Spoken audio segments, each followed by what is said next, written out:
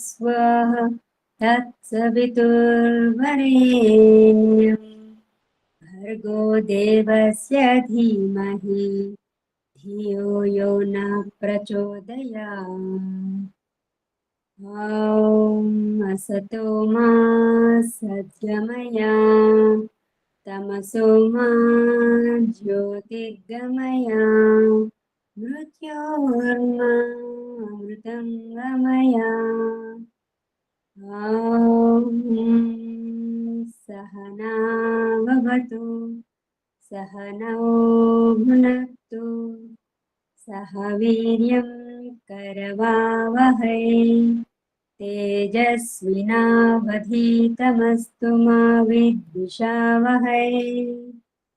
ॐ शान्ति शान्ति शांति। నమస్తే అమ్మా, అందరికీ నమస్తే.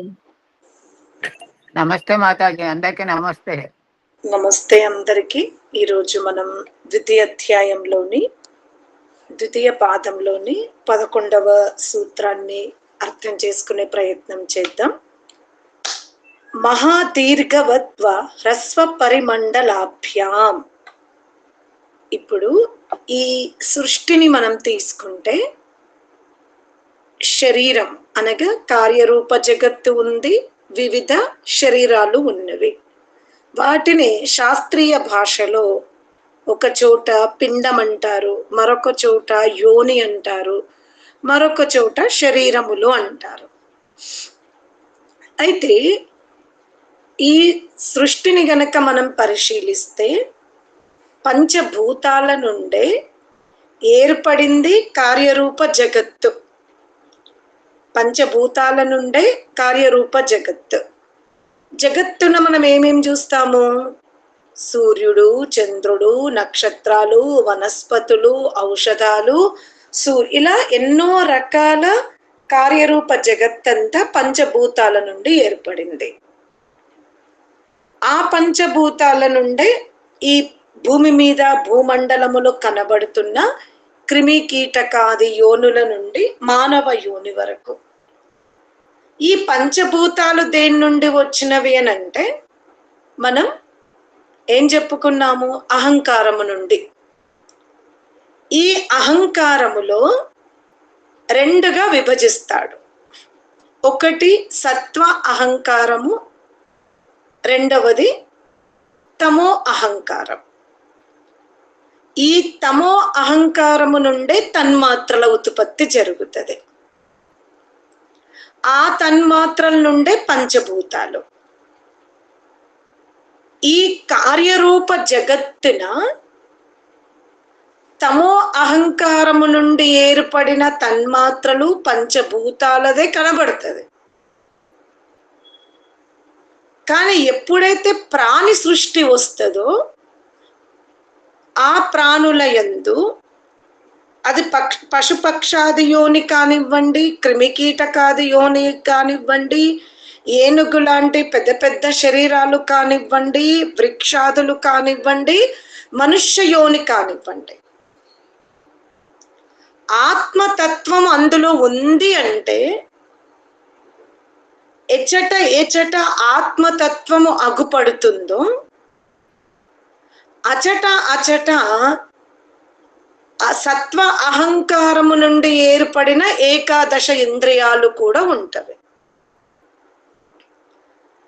ఇది మనుష్య యోని వచ్చినప్పుడే ఈ ఏకాదశ ఇంద్రియాలు ఇస్తాడని, పశుపక్షాది యోనిలోకి వెళ్ళినప్పుడు ఏకాదశ ఇంద్రియాలు పరమాత్మనితో ఉంటవి అని మీరు ఈ భ్రాంతి జ్ఞానములో ఉండకు. ప్రళయములో కూడా కేవలం శరీరాదులు ధరించినప్పుడే కాదు, క్రిమి కీటకాది యోనుల యందు ఉన్నప్పుడు, మనుష్య ప్రళయము జరిగిన లేదా కార్యరూప జగత్తున మృత్యువు సంభవించినప్పుడు, ఇప్పుడు ఒక దేహాన్ని జీవుడు వదిలిపెట్టాడు, వదిలిపెట్టి రెండవ దేహములోకి వెళ్ళేటప్పుడు మధ్యలో వ్యవధి ఉంటది. ఈ సృష్టి యొక్క వేగము మనము బ్రహ్మ దినముతో పోల్చుకుంటే, అంటే బ్రహ్మ శక్తితో పోల్చుకుంటే, జీవుడు ఒక దేహము నుండి ఇంకొక దేహానికి ఉన్మేష కాలములో వెళ్ళిపోతాడు. ఈ ఉన్మేష కాలము అనేది మనము తీసుకుంటున్న సూర్య చక్రము నుండి, సూర్యకాలము నుండి తీసుకోకూడదు. బ్రహ్మ శక్తి నుండి, బ్రహ్మ సామర్థ్యము నుండి తీసుకుంటే పరమాత్మునికి సమయం పట్టదు అంటారు. కానీ ఆ పరమాత్ముని సమయాన్ని పరమాత్ముడు ఒక స్థానము నుండి ఇంకొక స్థానము వరకు జీవుణ్ణి తీసుకెళ్తే అది మనుష్య సృష్టి నుండి, అనగా మానవుడు తీసుకుంటున్నటువంటి సూర్య చక్రము నుండి. ఇప్పుడు మనం ఒక సంవత్సరం అయిపోయింది అని దేని ద్వారా అంటున్నాము? ఒక సంవత్సరం కాలము గడిచింది అని అనడానికి మనము దేని నుండి కొలుస్తున్నాము, దేని నుండి వర్ణించుకుంటున్నాం? సూర్యమానాన్ని బట్టి. సూర్యమానమును బట్టి. అంటే సూర్యుని చుట్టూ భూమి తిరుగుతున్న సమయాన్ని తీసుకొని ఏమంటున్నాం మనం? 2 అయనములను సమాప్తమైతే అందులో 3 కాలాలు సమాప్తమవుతాయి, 6 ఋతువులు సమాప్తమవుతాయి, 12 అమావాస్యలు, 12 పౌర్ణములు, అంటే ఈ విధంగా 24కి ఇష్టి యజ్ఞాలు సమాప్తమవుతాయి. మళ్ళీ అందులో ప్రతిపద నుండి చతుర్దశి, అంటే నెలకు 28, 28 నుండి ఇంటూ 12 తీసుకుంటే 12 తీసుకుంటే, ఇలా ఈ పరిధి అంతా సమాప్తమవుతే అప్పుడు ఒక వర్షం అంటున్నా. ఇది పరమాత్మునికి సంబంధించిన కాలం కాదు. ఆత్మ సూర్యుడి నుండి తీసుకుంటున్నటువంటి కాలం, అంటే వేగం. అంటే ఒకసారి పృథివీ సూర్యుని చుట్టూ తిరుగుతే అది ఒక 360 రోజుల్లోకి తీసుకొని దాన్ని ఒక సంవత్సరం కిందికి మనం పరిగణనలోకి తీసుకొస్తున్నాం. అంటే ఒక జీవుడు ఈ స్థూల దేహమును వదిలిపెట్టిన తరువాత అది సూర్యకాలము నుండి వర్ణించడానికి ఇంతవరకు జ్యోతిష్యులకు కూడా అంతు చిక్కలేదు. అది ఒక మాస సమయం తీసుకుందా, 2 మాసాల సమయం తీసుకుందా, లేదా ఒక సంవత్సర కాలం తీసుకుందా? అందుకని మన భారతీయ సాంప్రదాయములో ఎవరైనా మరణిస్తే ఒక సంవత్సరాన్ని పెట్టేశారు. అందుకని సంవత్సరికాలు చేస్తారు. అంటే ఆ అంతు చిక్కని ఈ గతిని ఏం చేశారు? ఇక మనకు సూక్ష్మంగా అంతు చిక్కట్లేదు గనక ఏం చేద్దాము, ఒక సంవత్సర కాలం అయితే పెట్టుకుందాం. అంటే ఆత్మ స్థూల దేహాన్ని, అది కూడా పూర్వ దేహాన్ని వదిలి తన కర్మానుసారముగా మరలా నూతన దేహం పట్టుకోవడానికి ఒక సంవత్సర కాలమును విద్వాంసులు ఒక నిర్ణయం ఇచ్చారు, అంతే. మళ్ళీ మనం మనుస్మృతికారంలోకి వెళ్తే అతను కర్మఫలాల ఉత్పత్తిలో ఈ జీవాత్మ శరీరధారి అవుతుంది అంటే 4 రకాలుగా వర్ణిస్తాడు. అండజం, జరాయుజం, ఉద్భిజం, స్వేదజం. అంటే ఇప్పుడు మనము అండజం తీసుకుంటే మామూలుగా మాతృశక్తి స్త్రీ అంటే మానవ సృష్టిని తీసుకుంటే ఒక శిశువు జన్మించడానికి 10 మాసములు అని మనకు పుంసవన గర్భాధాన సంస్కారంలో చెప్తారు. ఆరోగ్యవంతమైన శిశువు స్థిరపడ్డ నాటి నుండి ప్రసవించ నాటి వరకు తీసుకుంటే 10 మాసములు అంటాడు. మళ్ళీ మనము ఆయుర్వేద చరక సంహితకారుడు ఏమంటాడంటే పురుషుని శరీరములో ఆ వీర్యము 40 రోజులు సురక్షితముగా ఉంటే పురుషుడు తీసుకున్నటువంటి ఆహారమును మైథున సృష్టికి ఉపయోగించకుండా దాన్ని తేజస్సులోకి ఓజస్సులోకి అది మార్చుకోగలిగితే ఆ 40 రోజులు పురుషుని శరీరములో అది పతనము కాకుండా ఉంటే ఆ విత్తనము చాలా శ్రేష్టముగా చెప్పబడుతుంది ఆయుర్వేద ప్రకారంగా. అంటే ఇలా తీసుకుంటే ఒక జీవాత్మకు పరిపక్వ శరీరము రావడానికి ఎంత పట్టింది? 1 సంవత్సర కాలం. ఎందుకంటే తల్లి గర్భములో 10 మాసాలు ఉంటాడు, పురుషుని శరీరములో 40 రోజులు అంటే 1 సంవత్సర కాలం. అది ఎప్పుడు మానవీయ సృష్టి ధార్మికులైన ఆరోగ్యవంతులైన తల్లిదండ్రుల యొక్క గర్భస్థితియే మనం వర్ణించగలుగుతున్నాం. ఆయుర్వేదకారుడు ఖచ్చితంగా చెప్తాడు, పురుషుడు సంతానవంతులు కావాలనుకున్నప్పుడు భార్యాభర్తలు మైథున సృష్టిని వదిలిపెట్టాలి. వాళ్ళు 40 రోజులు చక్కగా వర్ణిస్తాడు. మౌన వ్రతము, తమోగుణ రజోగుణాన్ని బలహీనము చేసి సత్వగుణాన్ని ప్రధానంగా పరిచే ఆహార పదార్థాలను సేవించి వాళ్ళు ఒక ప్రకృతికి దగ్గరగా ఉన్న సుగంధ పుష్పాలతో పరిమళిస్తున్నటువంటి వాతావరణముతో కూడుకున్న జపతపాలతో కూడుకున్నటువంటి ఆశ్రమ జీవనము గడుపుతే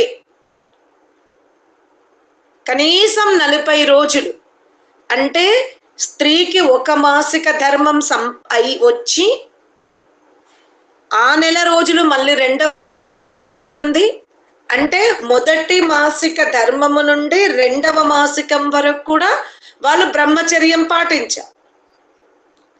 అలా పాటించిన తర్వాత ఆమెకు మళ్ళీ నెల వచ్చిన తర్వాత నెలసరి వచ్చిన తర్వాత మళ్ళీ వాళ్ళు 7 రోజులు అంటే సప్తమి, మళ్ళీ అది మంగళవారం వచ్చిన, అష్టమి వచ్చిన, తిథి అష్టమి తిథి ఉన్న, మంగళవారం ఉన్న, అమావాస్యం ఉన్న ఆ 3 రోజులని వదిలిపెట్టి, అంటే అందుకనే మొదటి మాసానికి 2వ మాసం, 2వ మాసం కనబడ్డ తర్వాత 10 రోజులు అంటే సంపూర్ణంగా వాళ్ళు 40 రోజులు బ్రహ్మచర్యం పాటించగలిగిన తరువాత చక్కగా తిథులను చూసుకొని ప్రసన్నముగా ఉంటూ దినమంతా కూడా నమ్మిన దైవం, మనమైతే యజ్ఞయాగాదులు అంటాం, లేదా నమ్మిన దైవ నామస్మరణ చేస్తూ ప్రసన్నముగా గర్భ విత్తనము వేస్తే అప్పుడు ఆ శిశువు తేజోవంతుడుగాను, బుద్ధిమంతుడుగాను, ఆరోగ్యవంతుడు, సంకల్ప శక్తివంతుడు పుట్టే అవకాశం 80% వరకు ఉంది అని మన ఆయుర్వేదం చెప్తుంది, శరీర ధర్మశాస్త్రం చెప్తుంది. ఎటు తీసుకున్న ఒక ఆత్మకి ఒక పరిపక్వమైన శరీరము రావడానికి సంవత్సర కాలం పడుతుంది. అది ఎప్పుడు పుణ్యకర్మలు పూర్వజన్మలు చేసుకుంటే అది మనుష్య యోనికి చెప్పబడి ఉంది.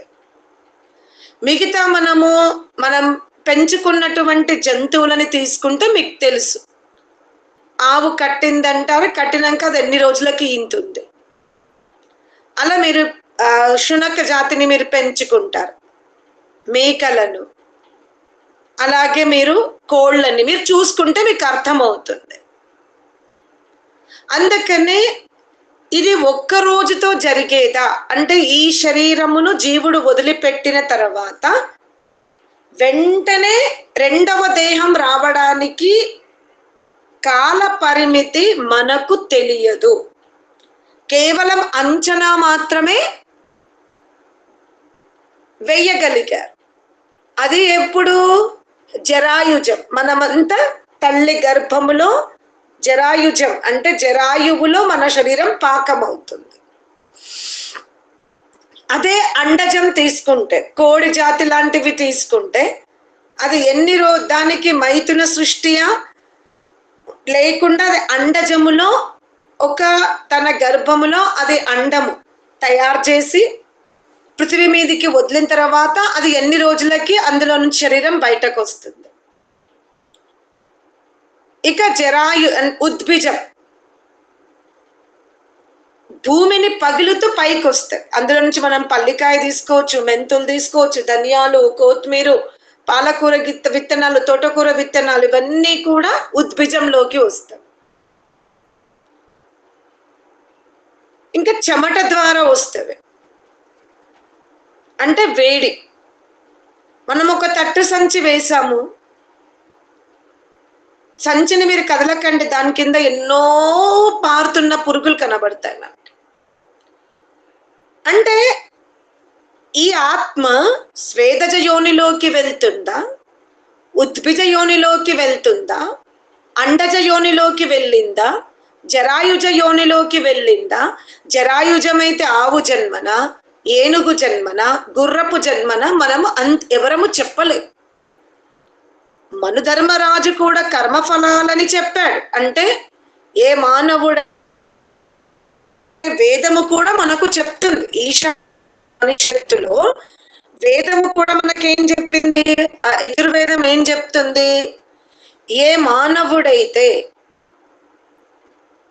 లిప్యతే మరణ పర్యంతము ఈ జడ ప్రకృతి వైపు ముగ్ధుడుగా ఉంటాడో, లోభిగా ఉంటాడో, రక్త సంబంధికులను, ఇష్టమిత్రులను, బంధుమిత్రులను, వారికి చెందవలసిన ధనమును, కీర్తిని, యశస్సుని, ఏ విధమైనటువంటి ఆహార ధాన్యములను కానివ్వండి దోచుకున్నచో అంధం తమః ప్రవిశంతి.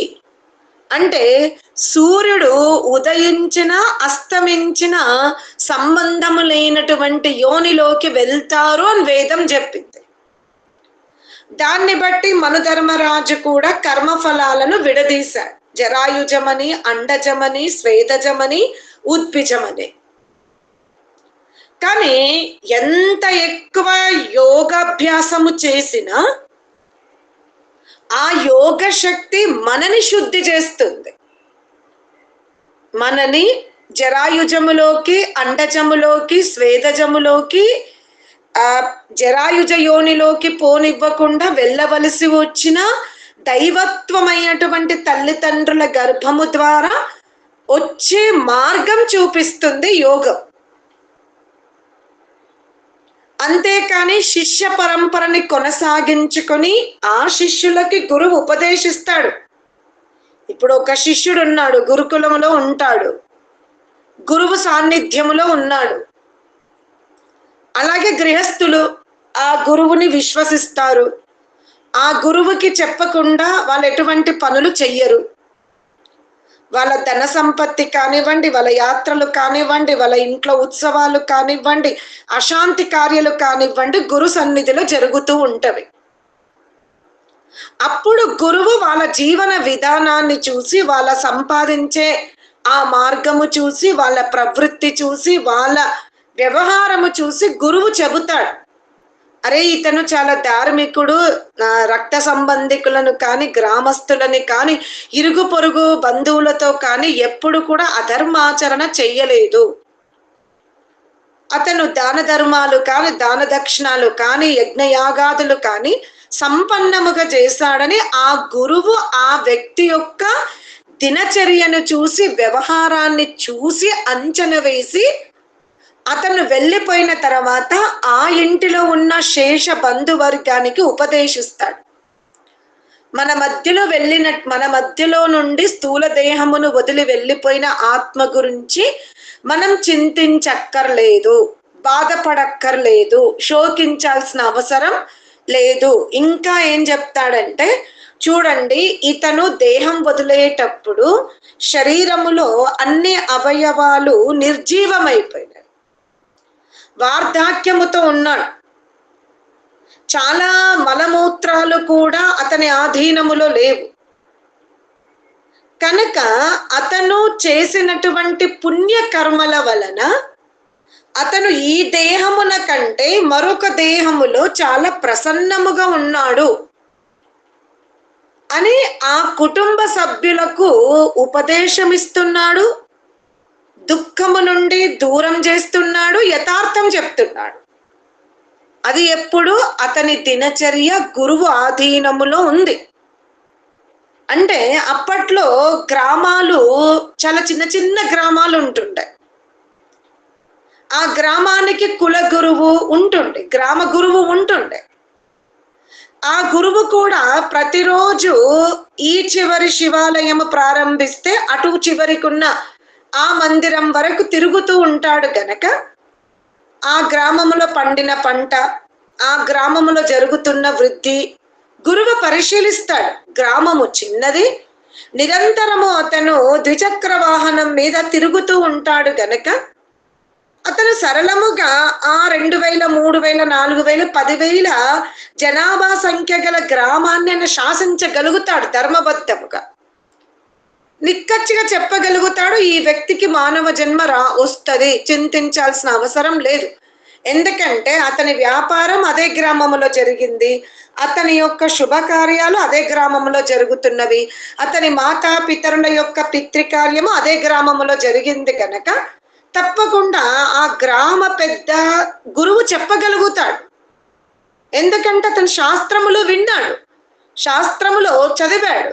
ఏ మానవుడైతే మాతాపితరులకు సేవ చేస్తాడో, విద్వాంసులకు తగిన దక్షిణ ఇస్తాడో, సంతానాన్ని సుశిక్షితుడుగా మారుస్తున్నాడో, రక్త సంబంధికులను మోసము చెయ్యడు, మిత్రులతో కపట వ్యవహారము చెయ్యడు, అల్పుల పట్ల దయ చూపుతాడు, వికలాంగుల పట్ల కరుణ చూపిస్తాడు, వెనుకబడిన వారికి ప్రోత్సహించి ముందుకు నడిపిస్తాడు.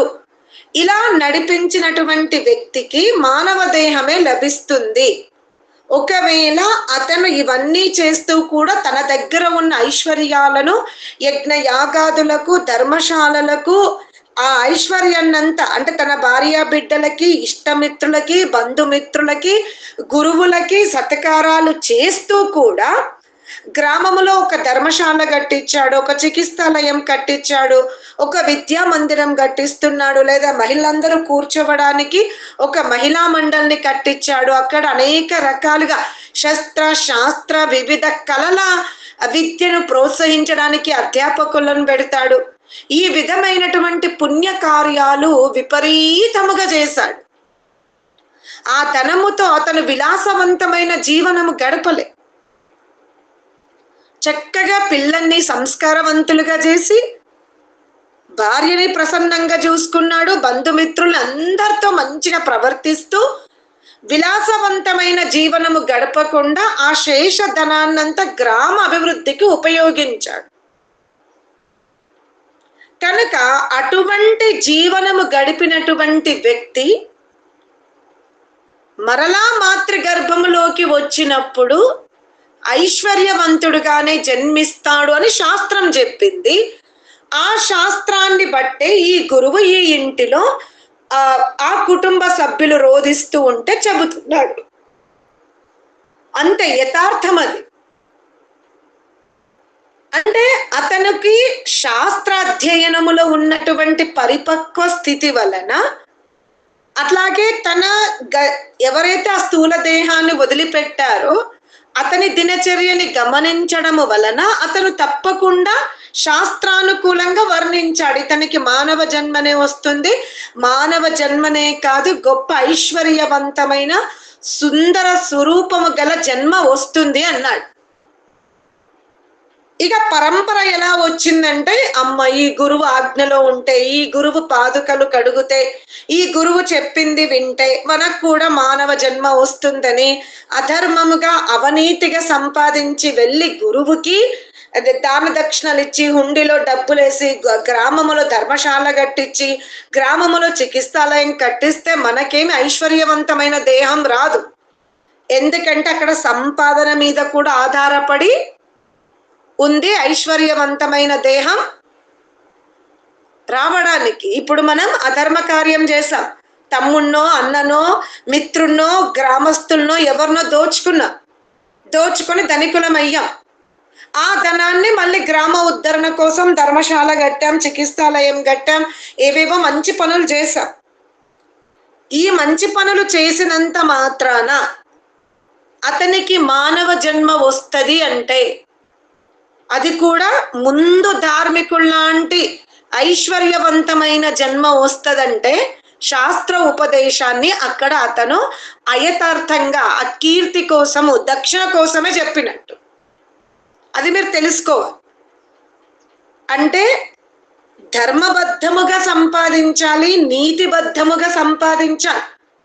ధర్మ అధర్మాలతో సంపాదించి గవర్నమెంట్కి ట్యాక్స్ కట్టినట్టుగా దేవుడికి ట్యాక్స్ కట్టినంత మాత్రాన దేవుడు ఆ మార్గాన్ని పరిశీలిస్తాడు, దానాన్ని పరిశీలిస్తాడు.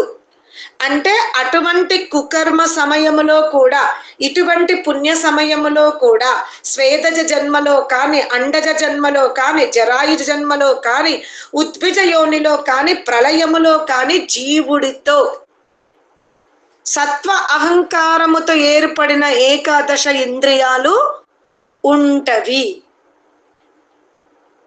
అందుకనే శాస్త్రీయమును చాలా జాగ్రత్తగా వినాలి, శాస్త్రీయమును చాలా జాగ్రత్తగా ఉపయోగించాలి. కాకపోతే స్వేదజ అండజ ఉద్భిజ యోనుల కంటే అక్కడ ఏకాదశ ఇంద్రియాలను ఉపయోగించుకునే అవకాశం అవసరం లేదు. అక్కడ ఇప్పుడు ఒక రాజ్యములో ప్రజలందరూ కూడా ధర్మబద్ధమైన జీవనం గడుపుతూ ఉంటే రాజుకి దండన ఉద్ఘోషం చేయాల్సిన అవసరం లేదు. ఒక తరగతి గదిలో పిల్లలందరూ కూడా చక్కగా శాసనములో ఉన్నారు, సూది పడ్డా కూడా సౌండ్ వచ్చింది. అంత నిశ్శబ్దంగా పిల్లలు తరగతి గదిలో కూర్చొని మౌనంగా పఠన పాఠనం చేస్తున్నప్పుడు టీచరు పిల్లవాడిని చెంప వాయించాల్సిన అవసరం లేదు అక్కడ. ఒకవేళ టీచర్ కొట్టాలని కట్టెబట్టుకొని వచ్చి కొడితే అది అధర్మం అయిపోతుంది. ఎందుకంటే పిల్లలు ఎవ్వరు కూడా అల్లరి చేయడం లేదు, చక్కగా చదువుతున్నారు, మౌనంగా ఉన్నారు, క్లాస్లో ఎటువంటి సౌండ్ లేదు. అప్పుడు టీచర్ వాళ్ళని ప్రశంసించకూడదు, మౌనంగా ఉండాలి. ఆమె ఆ పిల్లలందరూ కూడా ఏకాగ్ర చిత్తముతో చదువుతున్న సమయంలో కూడా టీచర్ కొట్టలేదు, కానీ ప్రశంసించింది అనుకోండి, ఆ ప్రశంసన అధర్మ ప్రశంసన? చెప్పండి.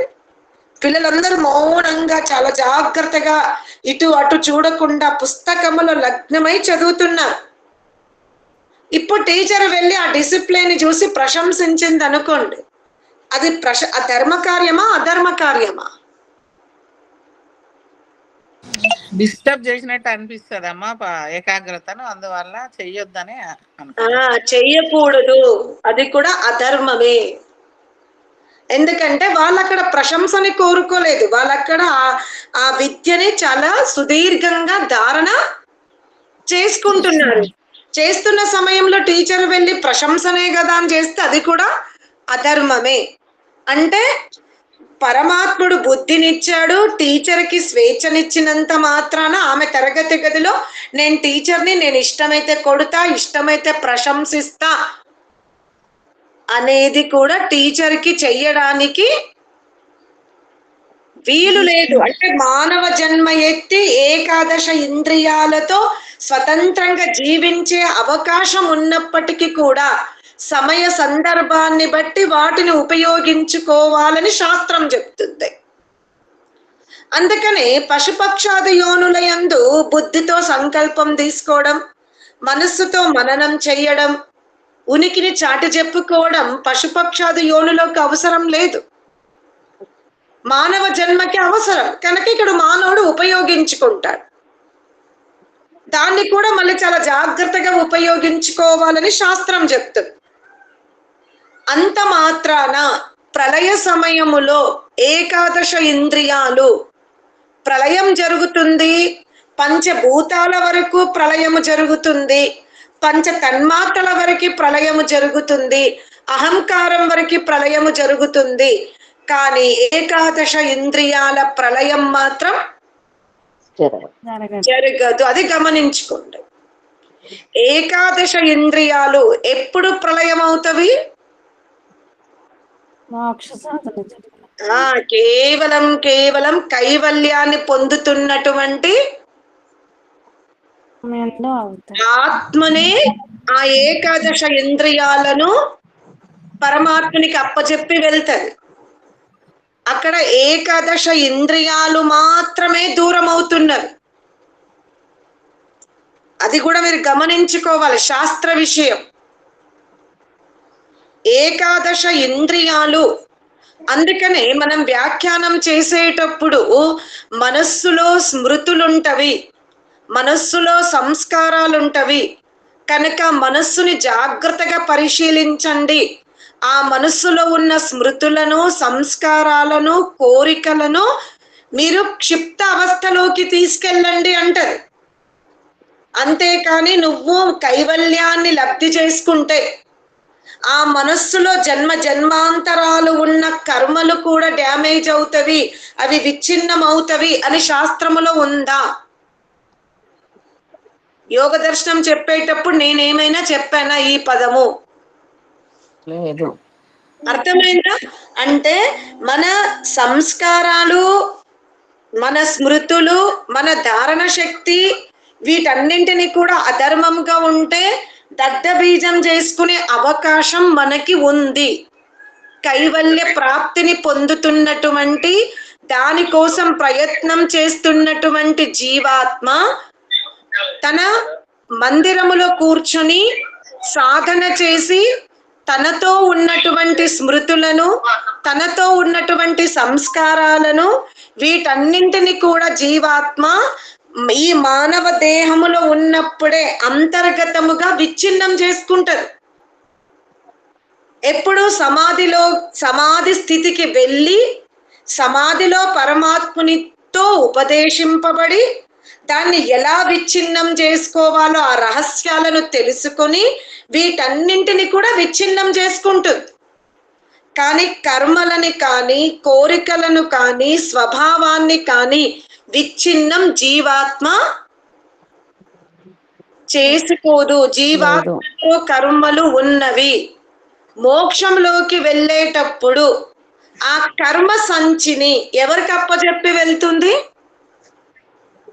మాతరిష్మా దదాతి, పరమాత్మునికి అప్పచెప్పి వెళ్తుంది. అందుకనే పరమాత్ముడు మనం ఎలా మందిరానికి వెళ్ళేటప్పుడు పాదుకల్ని వదిలేసి లోపలికి వెళ్తాం.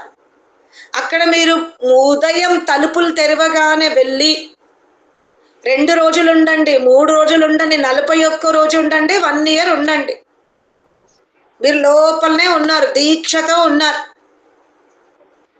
అక్కడికి ఈ కాపలావిడ వచ్చి ఏమండి మీ చెప్పులు, ఏమండి మీ చెప్పులు అనదు. మీరు ఏవైతే లాకర్లో వస్తువులు పెట్టిపోయారో వాళ్ళు కూడా వచ్చి వెళ్ళి అనరు. అది భద్రంగా అక్కడ మీరు పెట్టారు, వెళ్ళిపోయారు. మీరు లోపల ఎంతసేపు ఉండాలనుకున్నారో అంతసేపు ఉంటారు. అటులని కైవల్య ద్వారము తెరిచేటప్పుడు ద్వారపాలకుడుగా ఈ జగత్కర్తకి మీ స్వభావాన్ని, మీ కర్మలని అప్పచెప్పారు. దేవుడు మధ్య మధ్యలోకి వచ్చి మీ కర్మలను మీకు ఇవ్వడు. మీరు ఆ కైవల్యములో ఏదైతే ఈ ప్రళయ స్థితి 36,000 కార్యరూప జగత్తు ప్రళయాలు 36,000 సంవత్సరాలు గడిచిన తర్వాత మీరు మళ్ళీ ఆ ద్వారం నుండి బయటకు వస్తారు. మీరు ఎంతైనా స్వేచ్ఛగా తిరిగి తిరిగి ఏ మార్గము నుండి కైవల్యానికి వెళ్ళారో మళ్ళీ ఆ మార్గము నుండి ఇక్కడికి వస్తారు. వచ్చినప్పుడు దేవుడు వెంటనే ఆ కర్మానుకూలముగా స్వభావానుకూలముగా మీ యొక్క శరీరాలను ఇచ్చి మళ్ళీ మనని ఈ పృథివ్యాధి యోనుల్లోకి పంపిస్తాడు. అంటే మనము ఏకాదశ ఇంద్రియాలను ప్రళయములో కూడా అంటుబెట్టుకొని ఉన్నాము. ఇది గమనించుకోండి. అందుకనే ఏమంటాడంటే ఈ ప్రకృతి నిరవయవియా అవయవియా అంటే నిరవయవియే. ఎందుకంటే ఒక్క అనుకము అంటే ఈ రెండు ద్వనుకాలు ఏర్పడుతున్నాయంటే ఎలా ఏర్పడుతున్నవి? ఈ మనం అనుకుంటున్నాం ఈ కార్యరూప జగత్తంతా కూడా పరమాత్మని యొక్క ఆధీనంలో లేకుండా స్వతంత్రంగా తయారైంది. ఈ భ్రమ మీకు ఉండకూడదు. అర్థమైందా? రెండు పరమాణువులు కలిస్తే ఏం ఏర్పడుతుంది? రెండు పరమాణువులు చేరితే ఒక ద్వనుకం ఏర్పడుతుంది. అట్టి ద్వనుకాలు మూడు కలిపితే ఒక త్రణుకం ఏర్పడుతుంది.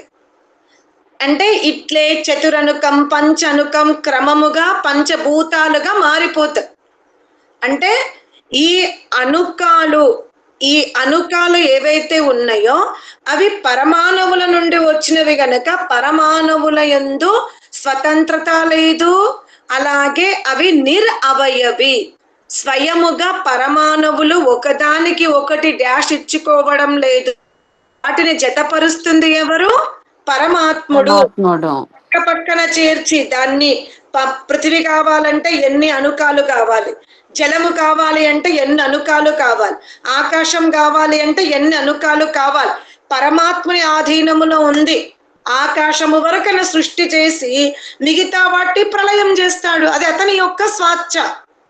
పరమాత్ముని యొక్క స్వాతంత్రము కేవలం కార్యరూప జగత్తునందే ఉంది. జీవుల యొక్క జీవన విధానములో జీవులకు శరీరాదులను ఇచ్చుటలో పరమాత్ముడు పూర్తిగా పరతంత్రుడే. అది గుర్తుపెట్టుకోండి. పరమాత్ముడు ఇంత కష్టపడుతున్నాడు, ఇంత శ్రమిస్తున్నాడు, ఇంత సమర్థుడు, ఇంత బల పరాక్రమ శక్తుడు, వేద జ్ఞాన ప్రదాత కనుక దేవుడికి అభిషేకాలు చేస్తే మన కర్మలు మాఫీ అవుతాయని, అభిషేకాలు చెయ్యకపోతే మాఫీ అవ్వదు అన్న ఈ భ్రాంతి జ్ఞానములో మనం ఉండడానికి వీలు లేదు. ఈ కార్యరూప జగత్తు స్వేచ్ఛగా తయారవ్వదు. అటులనే పశుపక్షాది క్రిమికీటకాది యోనుల యందు జీవుడు కూడా స్వయముగా బంధింపబడడు. అటులని పరమాత్ముడు విలాసాల కొరకు ఈ జీవుని నేను ఇక్కడ బంధిస్తా. అప్పుడప్పుడు మనం చూస్తూ ఉంటాం. మనం పాత సినిమాలు చూసిన, చరిత్ర తీసిన అక్కడ ఉన్నటువంటి సర్పంచ్ తనకు నచ్చినట్టుగా స్త్రీలతో వాళ్ళ భర్తల ముందే వాళ్ళ అమ్మ నాన్న ముందే దోచుకున్నట్టు, ఆడుకున్నట్టు, నృత్యం చేయమన్నట్టు మనం సినిమాలలో, గ్రామాలలో, చరిత్రలో చూస్తాము. అటువంటి ఈ నీచమైన విలాసవంతమైనటువంటి కార్యాలు జీవుడి పట్ల పరమాత్ముడు ఎప్పుడూ చెయ్యడు. అది గుర్తుపెట్టుకోండి. పరమాత్ముడు కార్యరూప జగత్తుని బుద్ధిపూర్వకంగా తయారు చేస్తున్నాడు. అటులనే క్రిమి కీటకాది పశుపక్షాది ఉత్తమ కూడా పరమాత్ముడు జీవుని యొక్క కర్మల మీద ఆధారపడు. కానీ తనకేదో విలాసము, ఇదొక ఇంద్ర రూప ధనస్సులాగా ఈ కార్యరూప జగత్తు చేసి ఇందులో నెమలిలను వీటన్నిటిని కూడా తయారు చేసి అతను ఒక అరుగు మీద కూర్చొని ఈ జీవులతో జలకాటలాడుతున్నట్టుగా వర్ణించిన అధర్మమే, తెలుసుకున్న మహా పాపమే. పరమాత్ముడు ఏ జీవునితో ఎటువంటి ఆటలు ఆడుకోడు. ఇదే సత్యం అని చెబుతున్నాడు. ఓం శాంతికి శాంతికి శాంతి.